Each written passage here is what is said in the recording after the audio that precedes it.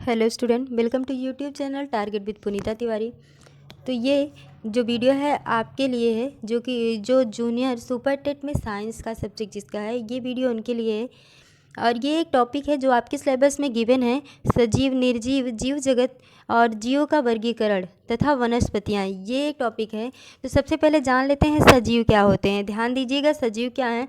तो जिस तरह से हम जाते हैं कि जो अपनी पृथ्वी है, पृथ्वी पर बहुत सारे पदार्थ हैं और सबको दो भागों में बांटा गया है। एक किसमें, एक सजीवों में, दूसरे निर्जीवों में। तो सजीवों के कुछ लक्षण हैं, कुछ लक्षण निर्जीवों के हैं, जिनके अकॉर्डिंग जिनके बेस पे हमने इनको क्या किया है, तो जिनके बेस में इनको कैटेगराइज किया गया है। तो सजीव क्या होते हैं, सबसे पहले ये देखिए सजीव क्या होते हैं। तो सजीवों में जो है जान होती है, पेड़ पौधे, जीव जंतु, ये सब किस में आते हैं, सजीवों में आते हैं। इनमें आंतरिक वृद्धि होती है, ठीक है। इनमें पत्तियां निकलती हैं, फूल निकलते हैं, ये सब किसके लक्षण होते हैं, तो ये सारी चीज़ें सजीवों के लक्षण होते हैं, ठीक है। और ये एक स्थान से दूसरे स्थान पर जाते हैं, इनमें वृद्धि होती है। कुछ पूछा जाता है कि क्या लक्षण है सजीवों को पहचानने के लिए, क्या लक्षण, उनकी क्या कैरेक्टरिस्टिक होती है। तो पहले तो ये कि इनका जो है शेप और साइज़, ध्यान दीजिएगा, इनका जो शेप है और साइज़, ये इम्पॉर्टेंट, इनकी इम्पॉर्टेंट जो है कैरेक्टरिस्टिक है। तो जितने भी सजीव होते हैं, जितने भी लिविंग थिंग्स होते हैं, सबका एक निश्चित आकार और आकृति होता है। जैसे कि हम जानते हैं कि जो मनुष्य है, गाय भैंस है, पेड़ पौधे हैं, सबके एक निश्चित आकार और आकृति होती है। इनमें कोशिकाओं की संरचना भी होती है। तो जितने भी सजीव होते हैं, सबकी बॉडी के अलग अलग स्ट्रक्चर्स होते हैं, ठीक है। इनके शारीरिक गठन भी होते हैं। तो सबसे पहले क्या है, सेल होते हैं, सेल से टिश्यूज बनते हैं, ऊतक अंग होते हैं, फिर शरीर की रचना होती है। इनको जीवित रहने के लिए पोषण की ज़रूरत होती है, ये अनुकूलन करते हैं या इनमें वृद्धि होती है, रिप्रोडक्शन करते हैं। उनकी एक लाइफ साइकिल चलती रहती है, रेस्पिरेशन होता है, स्क्रीजन होता है। तो स्क्रीजन में क्या होता है कि जो वेस्ट मटेरियल बॉडी के होते हैं वो बाहर निकलते रहते हैं। जैसे कि हम जानते हैं हमारी बॉडी में अमोनिया जो होती है वो वेस्ट मटेरियल, यूरिक एसिड, ये सब चीज़ें बाहर निकलती रहती हैं। गैसें हैं जैसे कि कार्बन डाइऑक्साइड, हमारे लिए बहुत हार्मफुल होती है, ये भी क्या होती है, स्क्रीजन के थ्रू बाहर निकलती रहती है। अब बात करते हैं हम किसका, तो बात करते हैं अब हम निर्जीवों का। ध्यान दीजिएगा, निर्जीवों का बात करते हैं। तो निर्जीव क्या होते हैं, वे सभी वस्तुएं जिनमें जीवन नहीं होता है, जो ना तो वृद्धि करती हैं, ना ही पोषण पाचन, कुछ भी नहीं करती हैं। ये सारी चीज़ें क्या होती हैं, निर्जीव, जिनके ऐसे लक्षण है वो निर्जीव होते हैं। आगे बात करते हैं जीव जगत की। तो जीव जगत के बारे में हम जान लेते हैं। तो जो जीव जगत है, हमारे पर्यावरण में जीवों की एक अद्भुत प्रकृति दिखाई गई है, ठीक है। एक साइंटिस्ट थे, उनका नाम था कैरोलस लीनियस, जिसे इंग्लिश में कहते हैं कार्ल लीनियस के नाम के जो वैज्ञानिक थे, उन्होंने द्विपद्धति नामकरण किया था। और इन्हीं को क्या कहते हैं, इन्हीं को वर्गीकी के फादर भी कहते हैं। ध्यान दीजिएगा, इन्हीं को वर्गीकी के फादर भी कहते हैं।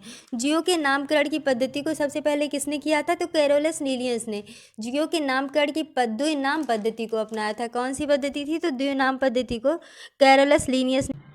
तो ये ध्यान दीजिए कि इन्होंने कब इसको शुरू किया था। आपसे डेट पूछा जाता है तो वो 1758, ये याद रखिएगा, इसमें आपसे ईयर पूछा जाता है। तो 1758 में जो कार्लिनियस थे, इन्होंने 2 किंगडम क्लासिफिकेशन किया था। और इन 2 किंगडम क्लासिफिकेशन में क्या था, जो कार्लिनियस देखिए ऐसे लिखिएगा, कहीं कहीं कैरोलस लीनियस दिया होता है और कार्लिनियस है, LINNAEUS, कार्लिनियस है इनका नाम। तो जो कार्लिनियस थे, इन्होंने 2 नाम पद्धति दी थी। एक तो इन्होंने कहा था एक प्लांटाई है, एक एनिमेलिया, मतलब इन्होंने सिर्फ इतने बड़े वर्ल्ड को 2 भागों में बांट दिया था, या तो वो पौधे होंगे या फिर वो जंतु होंगे, ठीक है। इसके बाद फिर धीरे धीरे करके और भी साइंटिस्ट आए, जिन्होंने चीज़ों को बदला और भी नाम दिए। इसके बाद क्या है, इसकी हायरार्की चली, ठीक है, इनकी हायरार्की बनाई गई। सबसे पहले क्या था, तो किंगडम आया। ध्यान दीजिएगा, सबसे पहले किंगडम है, फिर इसका फाइलम बना। फाइलम के बाद इसमें क्लास हुआ, फिर ऑर्डर आया, फैमिली हुई, जीनस, स्पीसीज, ये सारी चीज़ें, मतलब जगत बना, फिर संघ हुआ, वर्ग, गण, कुल, वंश और जाति या प्रजाति, ठीक है। तो आपसे एक चीज़ और पूछा था, 3 किंगडम क्लासिफिकेशन किसने दिया था, तो 3 किंगडम क्लासिफिकेशन अर्नेस्ट हकल, ये 3 किंगडम क्लासिफिकेशन दिए थे। 3 किंगडम क्लासिफिकेशन था, क्या नाम था इनका, अर्नेस्ट हकल नाम था, अर्नेस्ट हैकल।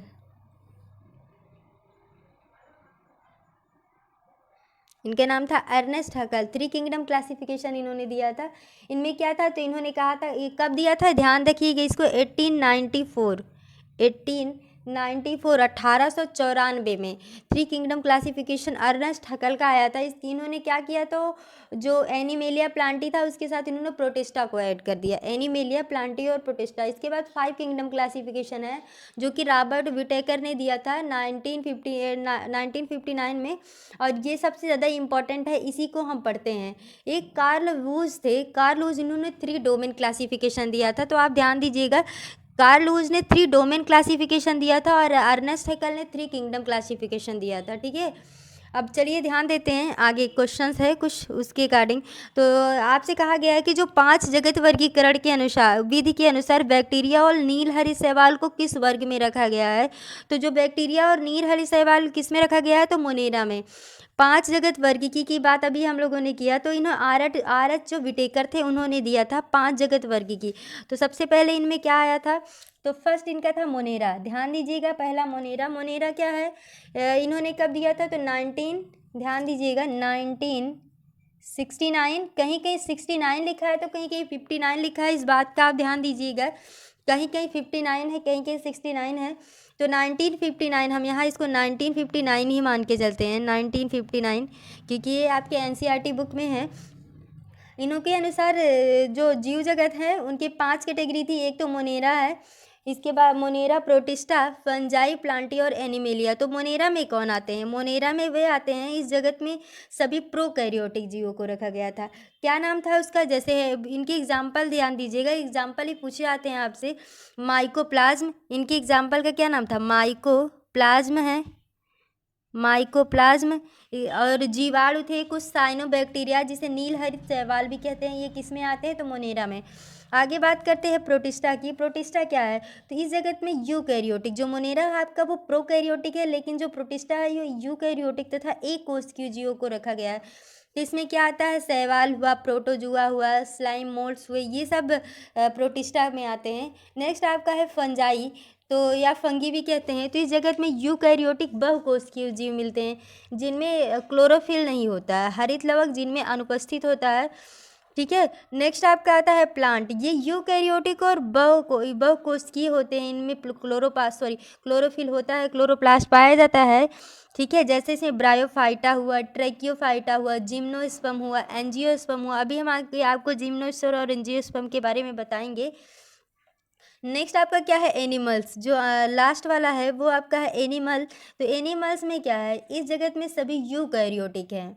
ठीक है, तथा बहुकोशिकीय जंतु आते हैं, जैसे कि कशेरुकी और अकशेरुकी, मतलब इनवर्टिब्रेट और वर्टिब्रेट की बात भी हम करेंगे आगे। इनवर्टिब्रेट वे होते हैं जिनमें बैक बोन नहीं होता, लेकिन वर्टिब्रेट्स वे होते हैं जिनमें बैक बोन मिलता है। ठीक है, नेक्स्ट क्वेश्चन पे चलते हैं। विटेकर के वर्गीकरण के अनुसार किस समूह में शामिल जीवों में पूर्णतः नाभिक विकसित नहीं होता है। तो कह रहा है, यहाँ पे ध्यान दीजिएगा, अभी हमने इसके पहले पढ़ा कि विटेकर ने 5 किंगडम क्लासिफिकेशन दिया था, और किसमें पूर्णतः नाभिक विकसित नहीं होता, तो किसमें नहीं होता है, मोनेरा में। ठीक है, तो 1959 में उन्होंने बताया था कि जो मोनेरा जगत के प्राणी होते हैं वो एक कशेरुकी होते हैं, और इसमें पूर्ण केंद्रीय होता है, इसमें नाभिक, इसमें जो होती है कोशिका नहीं मिलती है, और केंद्रक द्रव्य और कोशिका दोनों फैला होता है। ठीक है, नेक्स्ट देखते हैं। नेक्स्ट आपका है कैवेलियर स्मिथ ने जीवों को कितने भागों में बांटा था। तो जो कैवेलियर स्मिथ थे, जीवों को उन्होंने 6 भागों में बांटा था। वो 6 भाग के नाम जान लेते हैं, कौन सा है, तो ध्यान दीजिएगा। वो थे एनिमेलिया हैं, प्रोटोजोआ, एनिमेलिया, प्रोटोजोआ। इसके बाद फंगस था, फंगस, प्लांटी। इसके बाद है बैक्टीरिया और क्रोमिस्टा। इन्होंने क्रोमिस्टा लाया था, बाकी चीज़ें वही है, बैक्टीरिया और क्रोमिस्टा। ठीक है, नेक्स्ट आपका है अंडे देने वाले प्राणी को क्या कहते हैं। तो अंडे देने वाले प्राणी अंडज प्राणी कहलाते हैं, ये तो आपको पता होगा। अंडे देने वाले प्राणी क्या होते हैं, अंडज कहलाते हैं। इसे इंग्लिश में क्या कहते हैं, ओवियोपेरस कहते हैं। और इस वर्ग के जितने भी जंतु होते हैं जमीन, दीवार तथा पेड़ों पर ही रेंग करके चलते हैं। ठीक है, ये अंडे देने वाले प्राणी होते हैं, इसलिए इन्हें सरीसृप के ग्रुप में भी रखा गया। इन्हें रेप्टाइल्स भी कहते हैं, सरीसृप कहते हैं। और इनमें अनेक प्रकार की छिपकली होती है, घड़ियाल है, कछुआ, अजगर, ये सारी चीज़ें पाए जाते हैं। नेक्स्ट चलते हैं, प्रोटिस्टा जगत से संबंध रखने वाले समस्त जीवधारी होते हैं। तो जो प्रोटिस्टा जगत से संबंध रखने वाले समस्त जीवधारी क्या होते हैं, वो एक कोशिकीय यूकैरियोटिक होते हैं। कैसे? प्रोटिस्टा जगत से संबंध रखने वाले जितने भी जीव होते हैं सभी एक कोशिकीय और यूकैरियोटिक होते हैं। क्यों? क्योंकि इसमें पूर्ण विकसित केंद्रक पाया जाता है। ध्यान दीजिएगा, यूकैरियोटिक है मतलब उसमें कैरियॉन्स मतलब होता है केंद्रक, कैरियॉन। ध्यान दीजिएगा, कैरियॉन की बात की गई है, कैरियॉन मतलब केंद्रक, इनमें पूर्ण केंद्रक विकसित होते हैं। ठीक है, ये स्वतंत्र रूप से स्वतंत्र जीवी होते हैं, परजीवी या स्वपोषी सभी प्रकार के हो सकते हैं। ये एक कोश की शैवाल, डायटम, प्रोटोजोआ इत्यादि होते हैं। तो ये इंपॉर्टेंट है आपका कि जो प्रोटिस्टा जगत से संबंध रखने वाले समस्त जीवधारी कैसे होते हैं, तो ये एक कोशिकीय यूकैरियोटिक होते हैं। ठीक है, नेक्स्ट और भी कुछ जान लेते हैं हम यहाँ पे। ध्यान दीजिएगा, इनके जो उत्सर्जी अंश होते हैं तो वो आगे हम देख लेंगे उसको। यहाँ पे देखिए नेक्स्ट क्वेश्चन है, किस वैज्ञानिक ने जंतुओं की पहचान करने के लिए की यानी तालिका, ध्यान दीजिएगा, किन्हें जंतुओं की पहचान के लिए तालिका, इसे इंग्लिश में बोलते हैं की विकसित किया था? तो इनका नाम था जॉन रे। याद रखिएगा, ये इंपॉर्टेंट है, जॉन रे। इन्होंने एक पुस्तक लिखी थी, इनकी बुक थी हिस्टोरिया प्लांटेरम। ध्यान दीजिएगा, हिस्टोरिया प्लांटेरम, हिस्टोरिया प्लांटेरम इनकी बुक थी। और इसी बुक में इन्होंने इस मत को दिया था, ठीक है, कि जो जंतुओं होती हैं उनकी पहचान के लिए इन्होंने की वर्ग मतलब की बनाया था। ठीक है, और आगे चल करके इसी से मॉडर्न टेक्सोनॉमी का आधार बनाया गया। इन्हीं की जो पुस्तक है, इन्हीं की पुस्तक को ही मॉडर्न टेक्सोनॉमी का आधार बनाया गया। नेक्स्ट आपका है, एक ही समय में दोनों तरफ कौन सा प्राणी देख सकता है? ये हम सब लोग जानते होंगे, एक ही समय में दोनों तरफ देख सकने वाले प्राणी का नाम क्या है? गिरगिट। गिरगिट क्या है? ये किस में आता है? तो ये सरीसृप फैमिली से बिलोंग करता है। इसका जो सरीसृप फैमिली से बिलोंग करता है, इसे कैमिलिओनिडाए का सदस्य होता है। इसे ध्यान दीजिएगा, कैमिलिओनिडाए, ये कैमिलिओनिडाए का सदस्य होता है। ठीक है, पूछा जाता है गिरगिट किस में? गिरगिट एक सरीसृप है और ये कैमिलिओनिडाए का सदस्य होता है। यह पेड़ों पर रहता है ज़्यादातर। नेक्स्ट क्वेश्चन भी देखते हैं, बिना कोशिका भित्ति वाले बहुकोशिकीय प्राणी को किस समूह के अंतर्गत रखा गया है? तो बिना कोशिका भित्ति वाले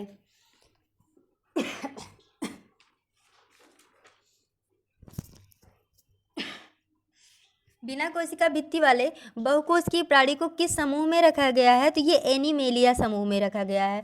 बिना कोशिका भित्ति वाले बहुकोशिकीय प्राणी जो कि एनीमेलिया के अंतर्गत आते हैं, इसे मेटाजोआ भी कहा जाता है। ध्यान दीजिएगा, जो बिना कोशिका भित्ति वाले प्राणी होते हैं उसे मेटाजोआ भी कहते हैं। और कोशिका भित्ति केवल पादप यानी जो प्लांट जगत के पौधों में ही पाया जाता है। जो कोशिका भित्ति होती है वो सिर्फ प्लांट्स में ही पाया जाता है। एनीमेलिया जंतु समूह में आता है। ये प्लांट्स में नहीं आता, ये किस में आता है? ये एनिमल कैटेगरी में आता है। नेक्स्ट आपका है कि 5 जगत प्रणाली वर्गीकरण का मुख्य आधार क्या था? ये आपका बहुत ही इंपॉर्टेंट है कि जो 5 जगत प्रणाली में वर्गीकरण का मुख्य आधार क्या था? तो ये पोषण, मुख्य आधार इसका क्या है? पोषण। R.H. विटेकर ने जो जीवों को 5 जगत प्रणाली में रखा था, इस पद्धति के अंतर्गत